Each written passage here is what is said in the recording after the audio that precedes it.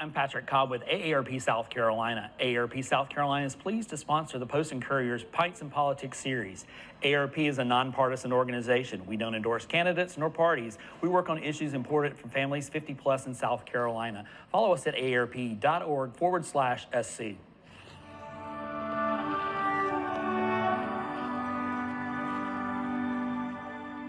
A few facts about the event. This is our 6th year hosting, 53rd event. I think, Skylar, you've been to any of these, right? 50th. 50th, to be exact. We've conducted interviews with presidential candidates, U.S. senators, representatives, political columnists, and tonight you'll be hearing from former DNC Chair Jaime.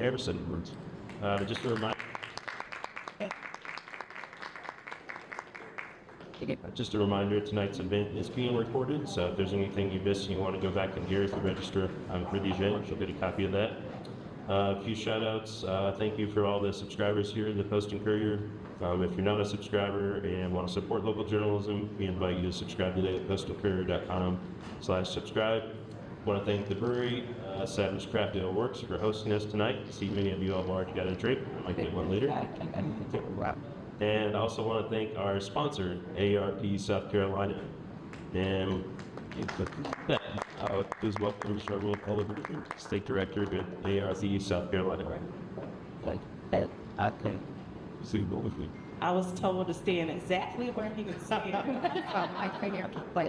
So, good afternoon, everyone. Thank you for having us, Jaime and Skylar. I'm Charmaine Fuller-Cooper, State Director with AARP South Carolina.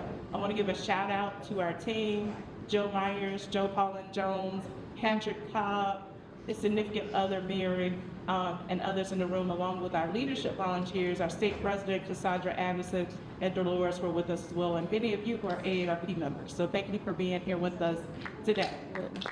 Thank you.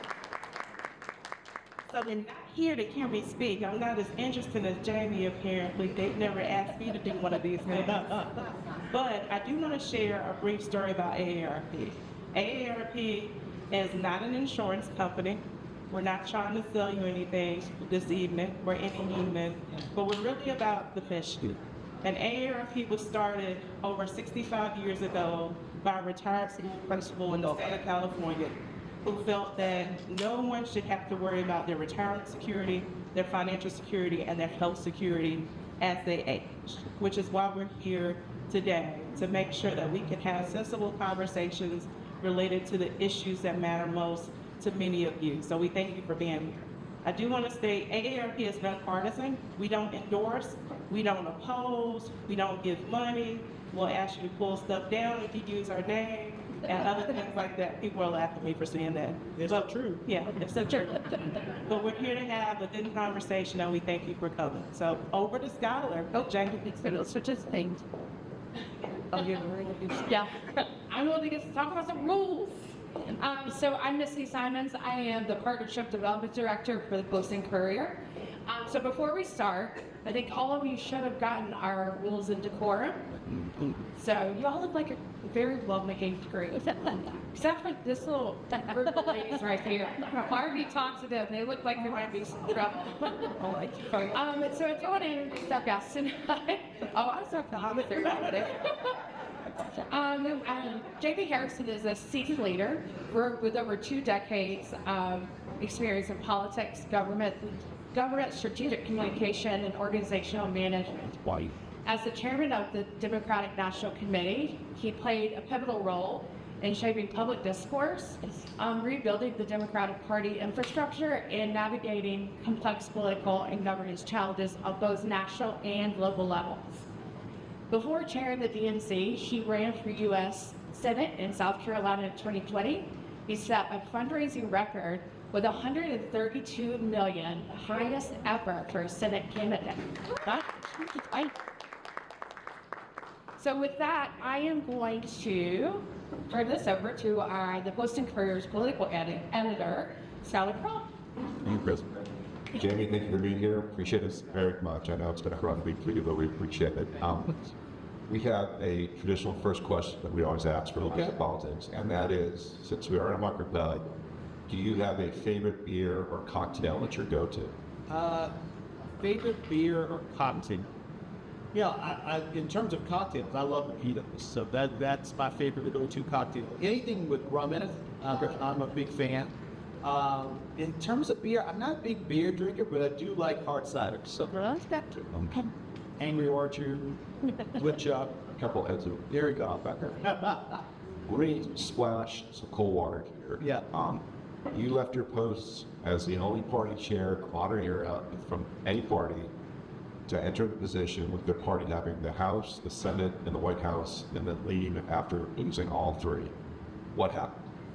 I also left my post as the only party chair with the best midterm election success for an incumbent president since the 1930s. So class is still doubtful. Yes. I also left my post as one of the biggest fundraiser for the Democratic Party's history. You know, there are a lot of things that were at play over the last 4 years. Coming off of COVID, and then having a president who, in terms of Joe Biden, was probably the most legislatively successful president since Lyndon Baines Johnson. When you think about the sheer volume of things that President Biden was able to get done, from the American Rescue Plan, where we put shots in people's arms, money in people's pockets, we saved pensions for many union members. We then moved from that to an infrastructure bill, which we see the byproduct of right here in South Carolina. We know that we've had some of the worst roads in a generation here in South Carolina. You can find potholes bigger than me in the state for the last few years. And thanks to Joe Biden and Jim Carter, the only two Democrats, the only two who really invested in the infrastructure bill, we are now getting broadband all across the state of South Carolina. That was something that we only talked about. Well, thanks to Joe Biden and Jim Carter, we're getting that. Roads are being rebuilt here in South Carolina. Bridges are being built thanks to Jim Carter. Lead pipes are being pulled out thanks to Joe Biden and Jim Carter. Student loan debt relief. No president before this president had ever touched the issue of student loan debt. And now we just heard that this president is basically telling all these folks who have had this anchor tied around their legs, well, guess what? You might have to repay some of the money back. Well, the president didn't stop there.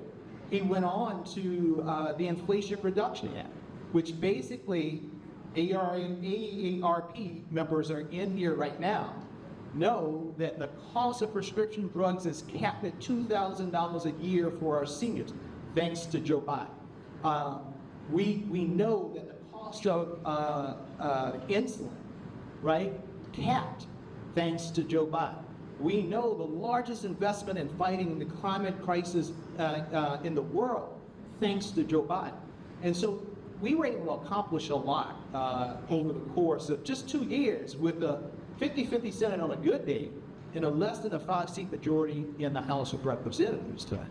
The problem is that people were still feeling all the angst and the anxiety and still didn't feel all the good stuff that we were able to get done. I think over the course, had we had a normal president in the White House right now, I think over the course of this year, people would start feeling some of the good things that Joe Biden got done.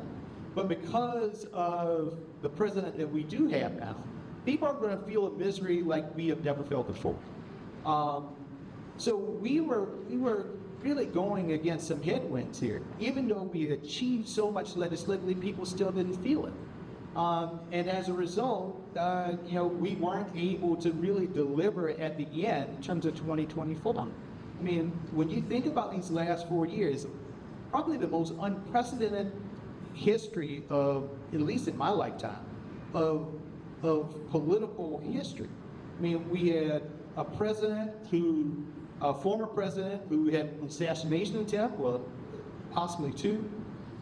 You had a current president who decided in the midst of the term to decide not to run. Then you had a VP in a 2-week time stepping up to run and selecting a vice president, running a 100-some-odd-day campaign. So it was tumultuous times, and so I'm proud of what we were able to do. I think what we were able to do in the 4 years at PNC will be the foundation for a resurgence of the Democratic Party that you're going to see in the 2026 midterm elections.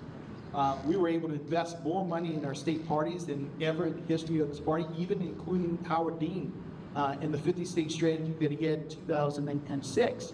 And I think that is going to lead us with a great foundation for the rebound, which is the story that I'm looking forward to. And I think tomorrow you all are going to hear about how this next version of the DNC is investing even more in terms of state parties. And that is going to put us in a good position to take back the House in 2026, to win some governor's races across the South, I hope, some Senate races across the South, and then set us up for that rebound story for the presidential of 2028.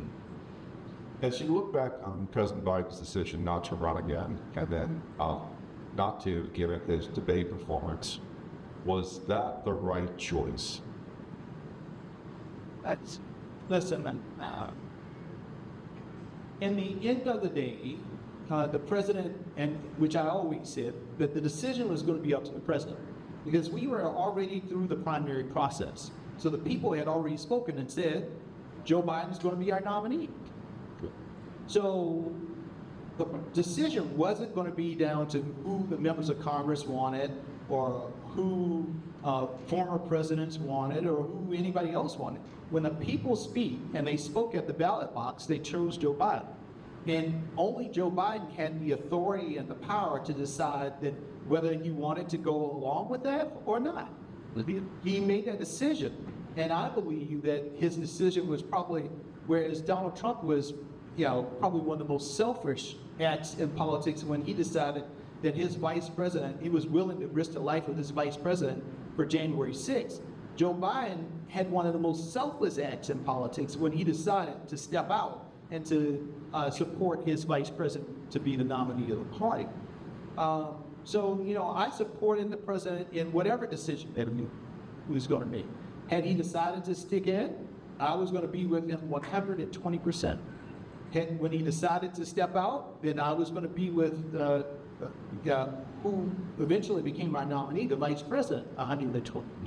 Did you see an erosion of the president's cognitive abilities? Because it was so... Hell, I see an erosion in my own abilities. I mean, just over the course of the last few years. But I tell you this, I'd rather Joe Biden on life support right now as president of the United States than Donald Trump. You're a top party and we're privy to all the information that the rest of the world hadn't seen yet. When did you know Donald Trump was going to be vice president here? No, I did know. I mean, I went into election night, and just before the polls closed itself, I talked to a number of our state party chairs in the battleground states who felt good. I talked to a number of pollsters who were looking at the numbers, and they felt good. And basically, I talked to one of my chief pollsters, and I said, how do we look? You think we're going to do it? He's like, Mr. Chairman, I think we're going to pull it off. So I was just as shocked as anybody was with the results that happened that night. I thought that we were going to be able to pull it off. And I give so much credit to the vice president. I mean, I don't know if anybody could have run, in terms of, you look at what she did as a candidate with 100 days, could have run a better race technically than she did. I mean, I went to many of her events. I remember the first rally that we had when she and Tim Walz, after Tim Walz was announced in Philadelphia. That arena was so electric. I mean, literally my phone went off in terms of the decibel level in the building because of the energy and the excitement. And then I thought, well, there's no way we're going to top that. Then we went to Detroit, and we had an airplane hangar. And then when Air Force Two rolled up outside the hangar, the decibel level, again, topped what we had in Philadelphia. There was so much energy for her. The convention, everybody has said, Jeff Clower called me shortly after the convention, and we said, I've been to every convention since the 1960s. And he said, Jaime, I don't want you to get a big head, but that was the best convention I have ever attended. I mean, the energy there was amazing. It felt like a family reunion. You know, people were laughing, they were crying, they were hugging. I mean, all of the emotions were right there. And people afterwards, I mean, they were downloading the song list that we had, the playlist from the state scroll album. There was such tremendous energy. And so I'm still scratching my head, like, what the heck happened given all of this energy that we saw? I mean, the ground operation that we had in some of these states. I mean, a number of doors we were knocking in Pennsylvania in that last week of the election were just mind-blowing, like mind-numbing, the number of doors knocked. And so there are things that I still, you know, I'm still trying, I'm writing a book right now, and I'm still trying to process it about what actually happened. And, you know, I have a theory for that it wasn't one thing, but a number of little small things that all added up to the differences in, you know, the 3 battleground states that we needed to win in order to have Kamala Harris president of the United States. Can you finish this sentence? Kamala Harris could have beat Donald Trump if Democrats had blank. See, I think that is basically saying that there's only one reason. But my theory is there wasn't one reason. There's some people who didn't vote for Kamala because, you know, color of her skin. There were some people who didn't vote for her because she was a woman. There were some folks who didn't vote for her because of the administration's policies on Israel and Palestine. There were some people who didn't vote for her because they still didn't feel the economic gains that they needed to feel. And so I think, again, it's not one thing, but it's enough. So when you're in a state like Wisconsin and you lose by, forgot what the number was, hey, you know, 40, 50,000 votes. 10,000 for one reason, 10,000 for another reason, 10,000 for that reason, and it all adds up together, which makes the difference in terms of her not winning. Because it is also interesting in the same states. I mean, take a look at this. And this is why I say this and why I'm not, you know, people are like, oh, you're just trying to make up excuses. It had to be these various reasons. Because take North Carolina, for instance. In North Carolina, and I knew, because I had spent so much time in North Carolina, I just up and down that state, helping Democrats, not only the top of the ticket, but down ballot as well. But in North Carolina, Kamala lost, right? But we won governor. We won lieutenant governor. We won we won the superintendent of instruction, which is their superintendent of education. We won the secretary of state. We won the attorney general. We even won a Supreme Court race. So we won, Democrats won all of those races, and the only one that we did not win was President of the United States. You look at a place like Arizona. Donald Trump won Arizona, but we won big in the U.S. Senate seat in Arizona. Nevada, Donald Trump won Nevada, but we kept the Senate seat in Nevada. We kept the Senate seat in Wisconsin. We kept and won races in Michigan, right? So again, I don't think it is one reason why we didn't win up a presidential, because Democrats, if you took the presidential off, it wasn't a bad night for Democrats down on ballot in many of these states. It was just on the presidential front. We even closed the gap. We came so close to getting the House majority back on election day, just a few thousand votes in some of these seats. And really it was Pennsylvania that in the end took that majority away from us. Had we kept the seats that we had in Pennsylvania, we would have the House majority right now, and King Jefferson would be Speaker of the House. We'll come back to politics in a second, but our fourth question is traditionally an AARP question. And you're not a politician now, but you are a manager. And this is their question. With record numbers of people 50 years and older moving to South Carolina, what advice would you give them? It's a toughie. It is a toughie. You know, South Carolina is my home. I love South Carolina. It is where I was born, where I'm raising my 2 boys, my grandparents. Born, reared here. It is a wonderful state. It is a beautiful state. We just have crappy news right now. State. with the exception of a few, like Jim Clark. Because many of these seniors, people who are now AARP members, and very soon I'm 49. What do you get your card? What? No, the AARP card. Yeah. Oh, you can get a card at any time? People are using it, getting the travel thing. Oh, so I just like when you're qualified because of your age. It's mixed with 50. 50. That's what I thought. One of the things that I'm looking at, and what I've been looking at for the last few weeks, has been my 401k. Sure. And my heart goes out right now because I think of my mom, but also my wife's parents, those who have their retirement funds, and they still have retirement in the stock market. And we look now, and what we're seeing is that the stock market for the month of April, that we are about to have the worst stock market since the Great Depression for the month of April. And for those of us who've been looking at our stocks and looking at our retirement, I mean, I almost had a heart attack shortly after it was announced because of how low my 401k dropped. Now, I got enough years to wait out the Donald Trump and hopefully the market goes back up. But I think about people who are relying on that right now for their livelihood.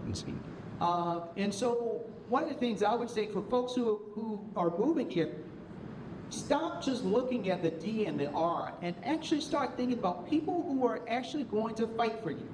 And Maya put earmuffs on, but who actually give a damn about you and your family and your community. This is not about just rubber stamping people because they have they're a part of a party. It's about who's going to fight for you right now. I mean, and you see the leadership, particularly the congressional leadership we have in the state, and I mean, it's a joke. It is literally a joke. We got one woman who is more concerned about who goes to the bathroom than she is about the quality of life. And so you got some people here in the State House who are fighting the ghosts of the past instead of doing the things to improve the quality of education, to improve the quality of healthcare in the state. And so, yes, move to South Carolina because it is a beautiful state. It has wonderful people. We just have crappy leadership. But the people in the state can change that. Stop just doing the blanket DNR and actually look behind the scene of who these people are and who they will fight for and whether or not they're going to fight for you and your family.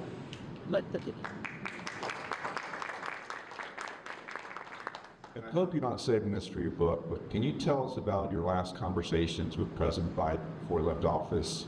Where was it? What was his mood? What did you say about posterity and where the country was heading? Let me tell you why I will always, for a few reasons why I will always ride with Joe Biden. Because the man doesn't get the credit for what he did. And I want to repeat this picture. And this is through the lens of a black man who grew up poor here in South Carolina and was able to become the chair of the oldest party on the face of this planet, right? Whose grandparents grew up in Jim Crow, whose grandmother had the KKK marks through her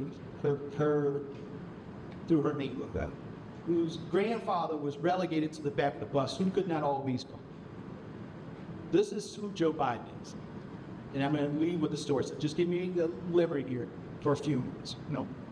This man, and again, from my perspective, my lens, this man was the able lieutenant for the first black president of the United States. Never stabbed Barack Obama in the back, not one day of the 8 years. Always had his back. Always, as my good friend Clay Middleton said, always had his six. Always there to support him and to elevate him and to make sure that he was making the best decision. And then when he got the opportunity to be the most powerful person on the face of the planet, who did he decide to choose for his vice president? He chose a woman, an African American, a woman of African American and the Asian Americans. The first to ever happen in this nation.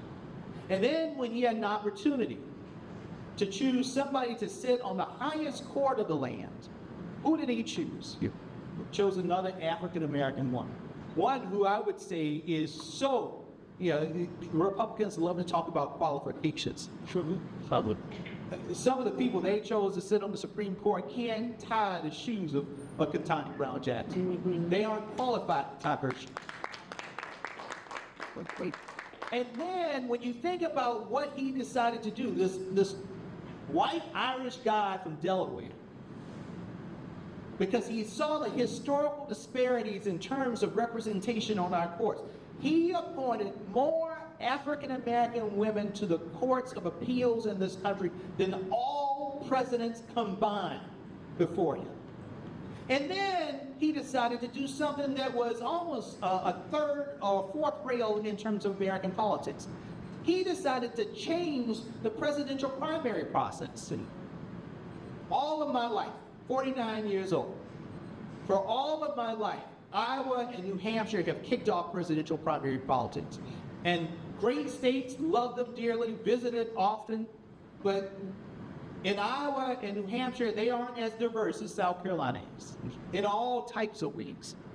And Joe Biden said, that was a part of those conversations.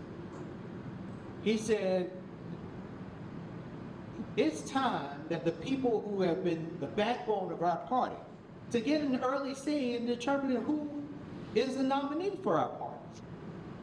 And decided to change our presidential primary calendar, respecting New Hampshire's stance, but also to bring in other diverse voices into the process to make that decision. So instead of talking about just ethanol in Iowa, we're talking about historically black colleges and universities in South Carolina.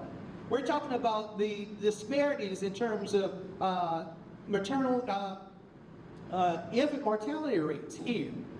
We're talking about disparities in healthcare here because of that change. So the state in which 40% of enslaved people came to this country, where 90% of African Americans can find one of their relatives or ancestors from the state of South Carolina. This state, with the hands of people like my grandma who picked cotton, now are picking presidents, right? They are in the front of the bus instead of being at the back of the bus. Joe Biden did all that and deserves the praise for what he did. Now, my last conversation with the president was in Charleston, South Carolina. And it shows you that it wasn't just not about, well, he just, the pundits said, Joe Biden just wanted to ensure that he was going to win the president. What incumbent president hasn't been renominated as president? Tell me that in history, right? Of course he was going, with a track record like he had in terms of delivering legislative wins, of course he was going to be the nominee for president. So what was he scared about? He was going to scared that, what's her name, the crystal lady, that she was going to beat him in the primary? Come on now. Seriously, come on now. He wasn't scared that he was going to lose the primary. What he was doing is making sure that we were building something that could last and that more voices could be essential in that process. And so he decided, not because Jim Clyburn asked him, not because I asked him, he decided that his last visit as President of the United States was to come back here to Charleston, South Carolina. Joe Biden decided to do that on his own, not with us. Jim Clyburn and I didn't ask him to choose South Carolina as #1. Joe Biden decided to do that. And he came back and he went to the International African Museum to give his last speech as President of the United States. Not because he was thinking about the next election, but because he was thinking about what his legacy was going to be and how he was going to say thank you to a community that always stood with Memphis. And one of the things that will forever live with me and President Biden.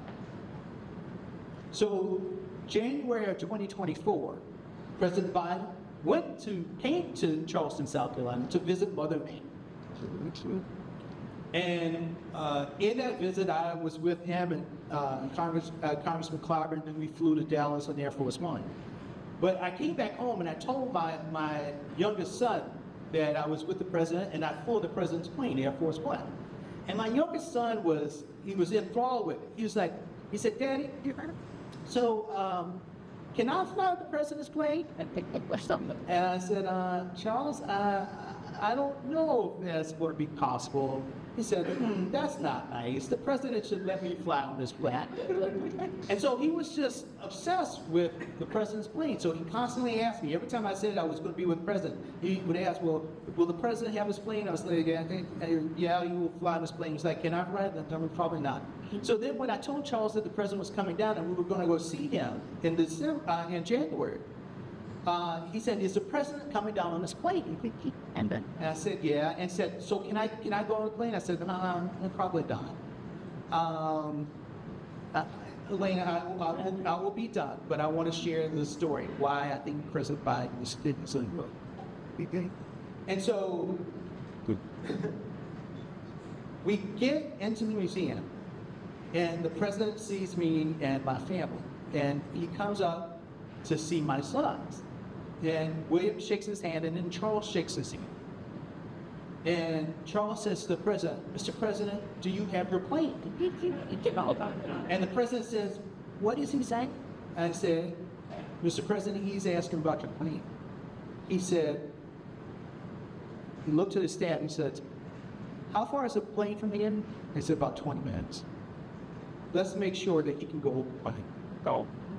The president, Joe Biden, in his last few minutes of this presidency, saw this 5-year-old kid, black kid. He introduced him to his grandson, and I have this picture of them shaking hands. And he made sure that my sons could go on that plane, and it was the president that gave them a tour of Air Force One. This is our president of the United States. Now think about, with Donald Trump in there, think about the impact, because what the president was trying to say is this, that son, maybe one day this will be your plane. That is why I will always ride with Joe Biden, because of the thoughtfulness that he has as president of the United States. The man's heart is as large as this great nation that he represented for so long. And so he will always have a special place in my heart because of the goodness of Joe Biden, the decency of Joe Biden. And that is something that I hope that we can bring back to this country in our body politic. Well, let me ask you the same question, but insert the name Vice President Harris. What was your last conversation with her about? It must have been at the very end. And how did that go? And what was her view of posterity at the time? The vice president called me after the election. She and Doug, her husband Doug Imhoff and I became really, really close. I called myself the unofficial hype man for the second term. And so they called me often, and they called me after the elections. And she just wanted to say to me, now when she called me, I was driving, I just picked up my kids from Valley, and I was on the phone with her in the car, and I broke down in tears. And I said to her, I said, Madam Vice President, I am so sorry that we weren't able to do this. I am so sorry. I said, I am so sorry that we couldn't have you with the White House, because it really impacted. It impacted me when I came home the day after the election, and I went to see my wife, and she said to me, what will it take for a black woman in this country? And that's all she said. And I went to bed and I started crying. And I expressed that to the vice president, and she said, Jaime, we did everything that we could. We put our all into it. You should not shed tears. You should be proud of what we're doing. But the work is not done. That we still have work to do. She is an amazing, amazing person who has worked her heart out for this nation and loves this nation with everything that she had. And she did everything that she had in order to put this nation in a better place. So it was a good conversation. I mean, I think she helped me more than I helped her in terms of the conversation itself, because I was in a low place, but it just goes to show the quality of leadership we had in her and in Joe Biden. Thanks. What's the Democrats' message that will flip seats in 2026? I think it's faster than we think it's going to, but no ground for now. But what should be the message going in, start the beginning of January? One of the things that I often tell Democrats is stop thinking that there's some, gold bullet message and universal message. I mean, the underlying thing is that we are the only party that believes in protecting democracy and protecting the American dream for all of America's people.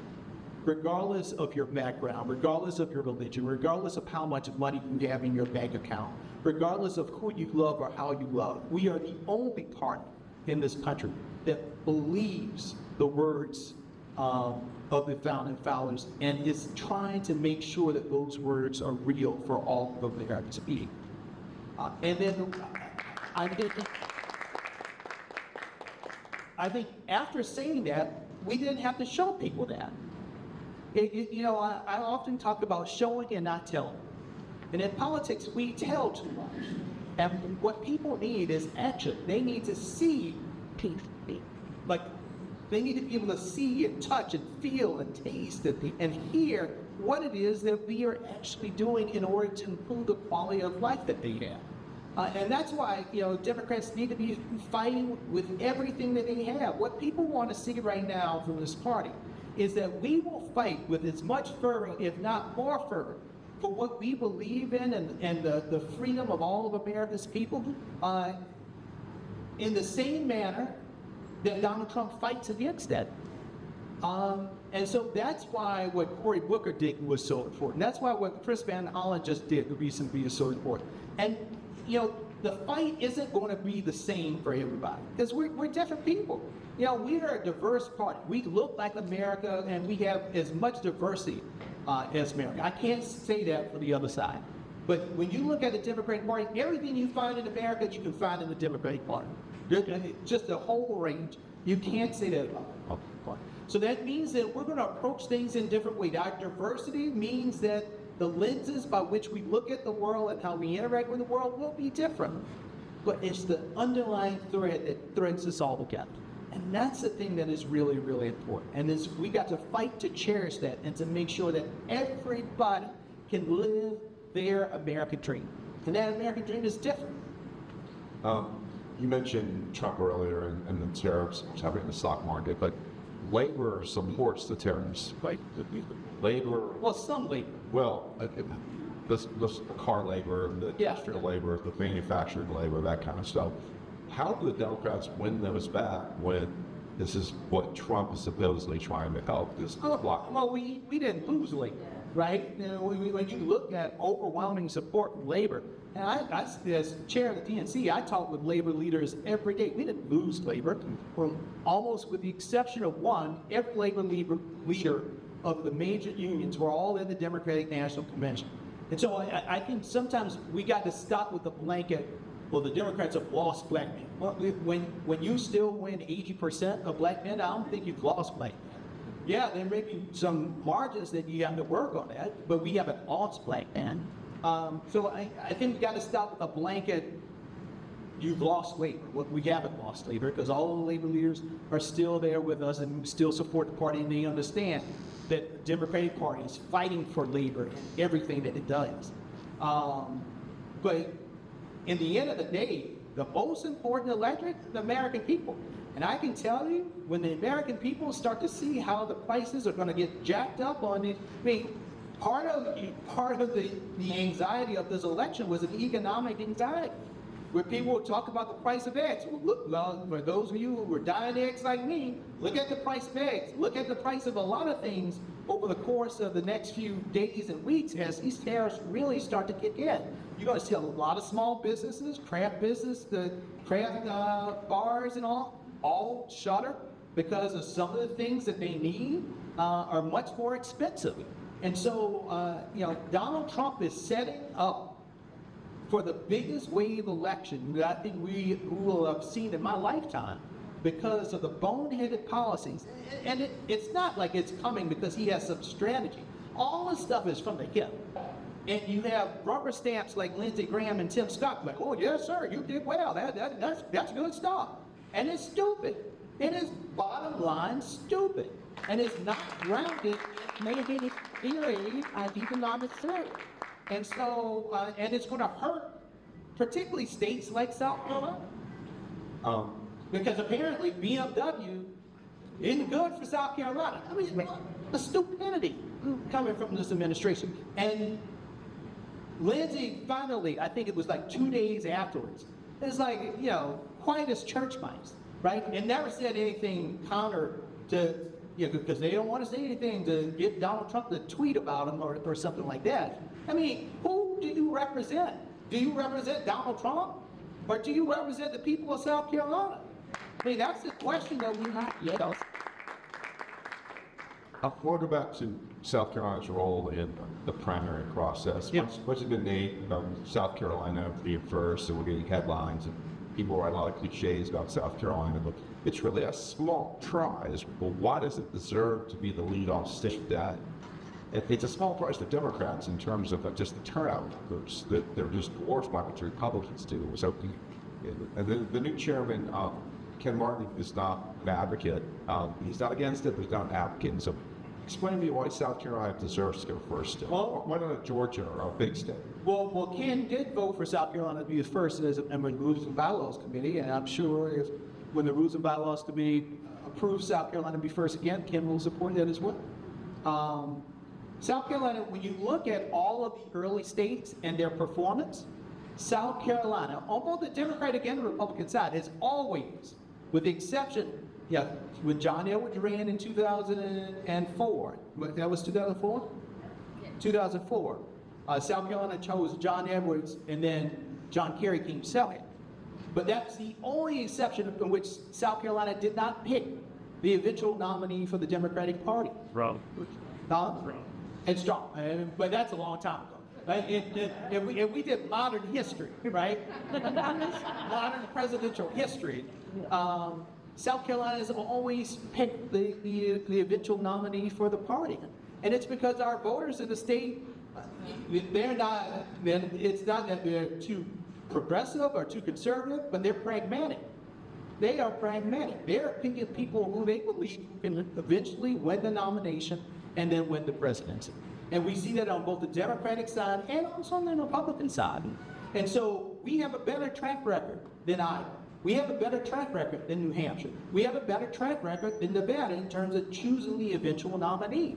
Because what happens in South Carolina then rolls over across the SEC, across the rest of the South. Because our voters are very much, they're pragmatic and they understand politics and where we're going to be. And so I think South Carolina has earned its place. I don't think it was given this thing, but it's earned its place to be one of the early states, and I even would say to remain in the status of the first of the nation. We've got an audience question here, and this is from one of your fellow Democrats. Why are we using the same text email donation strategies that didn't work before? The language in the out-of-text emails is no longer effective. I use it to delete them as soon as I get them. We need to fight fire with fire, not with soft Democratic rhetoric. Well, I mean, fundraising emails is about raising money. And the reason why they stick with the way that they do it is because they continue to raise money. I'm just being quite honest. They have made this down to a science. Do they turn off certain people? Yes, they do. I mean, they even turn off me. But you know what? They're still raising more money, grassroots money off of those texts and emails and all than the Republicans raise off of theirs. And so that's the reason why they have abandoned it. That's the reason why they still use it. It's because it still raises significant resources than you can pour into the party. But I totally get it. Those things are less message-oriented tools and more fundraising tools. And as a fundraising tool, they're still relatively effective. Not relatively, extremely effective in terms of getting resources into the party. So that's part of the reason why. I mean, one of the things you have to understand is separating the message from fundraising. And sometimes the two worlds don't always coalesce. That's a bit frustrating. I get it. It's frustrating for me too, because I would constantly, when I ran for the Senate, I would go to our consultant and say, I don't like what that says. I don't quite believe that. And they're like, well, it's what we need to do in order to raise money. So Got another. I'm just being honest with you. We've got another audience question. Can you describe a light, funny experience in the course of your time as the chair that broke through the everyday stresses of what surely was a demanding job? Light and fun. There had to be some jelly and laughing or spit. I mean, That's bizarre moment. I think moment if you got one. What's the definition? I think that's just an interesting question. It's so stressful. It's so it's probably the most stressful job I've ever had. I mean, when you think about it, no other chair had to do what I had to do in terms of what I call the switch. When I got the call from Jim Clyburn, it was Jim Clyburn, and this is not like stressful. I will just give you a sense of the date. Clyburn called me. It was on Clyburn's birthday that Joe Biden dropped out of the race. So Clyburn called me that morning.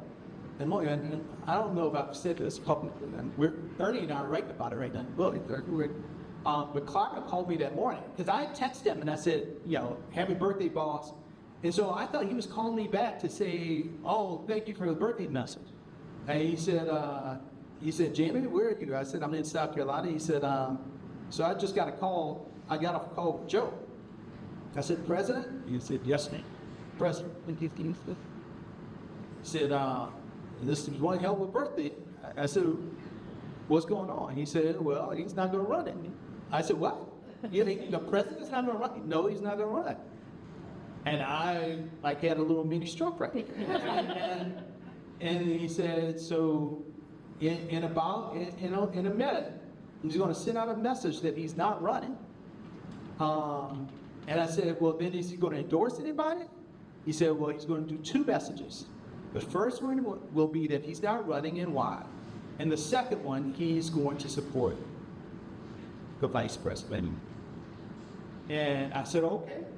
And he said, so I don't know if you have prepared for what the party has to do in this type of situation. But I wanted to give you a heads up so that you could if you didn't have a process. And so I said, well, boss, you know me, I'm a planner by nature. So secretly I had a break the glass moment just in case something like this happens. And so he said, well, that's good because you're going to need it. And so then shortly after that, I start making phone calls to all of the people who were mentioned as possible presidential candidates to ask whether or not they were going to get into the legislature. And I'll leave the rest of that to go. We never got to do a post-mortem interview about your Senate race versus Lindsey Graham back in 2020. What did you learn from that? What's your takeaway about running statewide and what it takes? Again, we mentioned earlier, $250 million combined and spent in South Carolina. My goodness. Yeah. Half of Cooper River Bridge. Well, one, the thing that I learned is there's too much money in our politics. Too much of it. Yeah. I often think about what that $132 million could have done for the poor areas like our state. And it's really sinful that you need to raise that amount of money to run for politics. Sidney Hoyer told me, he said, did Jim Clyburn tell you my message when you were running? And I said, no. He said, my message was, well, Jim, instead of him buying all those TV ads, why didn't he just buy the TV station? And he probably was right. I probably had enough money to buy a TV station here in South Carolina for $132 million. It's just sinful, and we have to reform how we can campaign for this. So take from that. So that's the first thing. The second thing is the October surprise is real. When I think about the momentum, and folks who worked on my team, Ernie was on the campaign, and he will let you know this. My internal polls, what I know from Lindsey's internal polls, what I know with the polls at both the DSCC and the NRSC, And the national polls were all about the same in terms of this was going to be a competitive race. And then RBG passed away. Why is it? And that changed the momentum of that race. It was like we were driving at 75 miles per hour and we hit a brick wall. Because then what it did was it allowed Lindsey to go from being on the defensive, because we had him on the defensive every debate, you all saw the debates, to being on the offense. Because now he had the opportunity to usher in a new Supreme Court justice and had all of the limelight. And then it put me on the defensive because now I'm trying to decide what my stance is going to be on whether or not I would support Amy Coney Barrett and all that.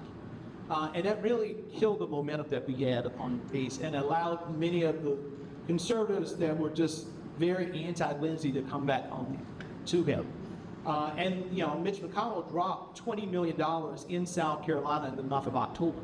So he only did that. Now, if the race wasn't close, he would not have dropped that money, but it was. And so I still believe that a Democrat can win here in South Carolina. I mean, think about the numbers, folks. When Donald Trump beat Hillary Clinton in South Carolina, just 4 years prior, he had 1.15 million votes. And he beat Hillary by, I think, like 13 to 14. So we, on our campaign, knew that our win number had to be what he had when he beat Hillary. That's what our goal was. Well, we ended up getting 1.1 million votes. We were only 50,000 votes shy of what Donald Trump got in 2016, 4 years prior. So that's the most that any Democrat in the state has ever gotten in an election. Even Barack Obama only got 800 and something thousand votes, but we got 1.1 million votes here in South Carolina. If the next Democrat who's running in this midterm elections just turn out the 1.1 million that I got, that Democrat running for Senate or governor wins, because Henry McMaster in the last election only got 890,000 votes. So if you just focus and target on the 1.1 million folks who came out to vote and support Jaime, guess what? We win a Senate race, we win a governor's race. And so we still got a lot of work to do. I hate that we ran in the midst of COVID because we weren't able to build out the field operation that we wanted. That March, we were prepared to put organizers on the ground in all 46 counties. I had just approved the budget. We were going to, no race, Democrat has run a race in my lifetime where they have had a county party office and organizers in every county. But we had the resources to do just that. But because of COVID, we weren't able to do it. And so there's so many mixed feelings that I have about that race, because we had the resources that we always wanted to have. But because of COVID, we weren't able to do the things that we knew that were necessary to really juice the vote and get it out. But I hope, and I'm working with the state party chair in Crystal Spain right now, to make sure that we are recruiting candidates to run on every seat that we can going into this great Trump election. Did you watch portions, you must have, of Cory Booker's filibuster where he wanted to break Trump's records? How early on did you know that was the goal, and are you surprised it didn't get more legs? I mean, it's Trump, just an old figure now, filibuster and that kind of stuff too. But to me, it was a one-day story that he had spoken that long. Or from your view, did that go? Is there a bigger significance to what he did? Oh, it's tremendous, and I can tell you, within the African-American community, it's not a one-day story. People are still talking about Cory Booker and what he did. I've known Cory since I was 18 years old. Cory stayed in my dorms. When I was an undergrad at Yale, he was at the law school at Yale, and he was our graduate affiliate and stayed in the dorms with us. So I have known Cory since for 31 years now, I guess. And the Cory that I do now was the Cory that I saw stand up on that floor of the United States Senate and held the floor of the Senate for well over 24 hours. He believes to the core of who he is about doing what is right. He embodies what John Lewis was all about. And so it was a remarkable moment, and I am so proud of him. I'm so proud that it was him to break Strom Thurmond's record. I'm glad Strom Thurmond no longer holds it. Because you want somebody to hold a filibuster because they are filibustering something that is bad, something that is not right. rather than somebody who is filibustering the belief that all of us are created. Take me. All right, I think we've come to the end of it now, but I really want to thank the audience. I want to thank Jamie. I want to thank people here at Savage. But we always end with quick fire questions. Oh, yeah. Just to wrap it up. Be sure to from the audience, right? Yeah, now I've got a couple here, but be sure to sign up for our newsletter. Be sure to subscribe to the Post Courier and to stay on top of what we're doing. So we really appreciate it and hope to do as many of these as we can. So let me get to the quick questions. I'll try to be quick, not as open. You said during the Senate run one of your goals in life was to be on The Price is Right. What is your favorite game on The Price is Right? You want to be in the end, the final, what's the showcase? Yeah, you want to be in the final showcase. So, I love Plinko. I always loved the Plinko. And that was always a good one. And then you want to spin the wheel big and, get the $10,000 and all that other stuff. And then you want to be in the final showcase so you can get the car. So it's in that order. I play Plinko, I spin the wheel, and I'm in the final showcase. They do not let politicians on. They scream. So I'm no longer politicians. Yeah. You are South Carolinian. Henry Master will have been governor for 10 years when he leaves. Can you point to the one or two positives and one negative that you see out of him at that time? Well, the thing that I would say is Henry and my former boss, but he's still my boss, I just don't get paid anymore, Jim Clapper, have always had a good working relationship. And the one thing that they've really worked on is the implementation of the infrastructure dollars for South Carolina. The broadband, I think, is a game changer, particularly for our rural communities.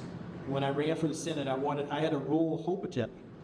And broadband infrastructure was a big component of that. So seeing Henry work with Jim Clyburn on that was really big, and I'm glad they were able to find that common ground. All right, last question. If Donald Trump bends the Constitution and seeks a third term, what are the chances Barack Obama would come back? I guess all listen, I think it's time to close the chapter of Trump. I think, I love Barack, but Barack has had his time, and it's time for new leaders to step up and to get a new vision for women. Jaime, thank you for taking time down there. I'm sure some people have some questions for you. If you want to stick around for a little bit, we'll Yeah, I'm happy. But thank you all for taking part. Appreciate it. It's fine. Thank you. Everything that happens in politics is local. It affects your neighbors, it affects your streets, your beliefs, your emotions, your pocketbook. Everything is politics. I love covering South Carolina politics because there are so many characters, so many big personalities. And they're just people, and their beliefs, and their attitudes, and what they do, and it's an arena. We have some great people on our team that have just a really deep breadth of institutional knowledge about the state and about the politics that are at play. We know the politicians. We have their cell phone numbers. We are here in the State House with them every day. If there's something that I want confirmed, I can just walk up to the representative or the senator or walk down to the governor's office and ask. The Palmetto Politics newsletter has all of our politics content in one place 3 times a week. So you'll never miss a story. It's going to be your best source of what's breaking in politics in South Carolina. When you have an organized, dedicated 5-member political team, you try to give the most coverage, the most in-depth coverage, the most accurate coverage, the most up-to-date coverage of everything in the state, and that's what the Post and Courier is doing.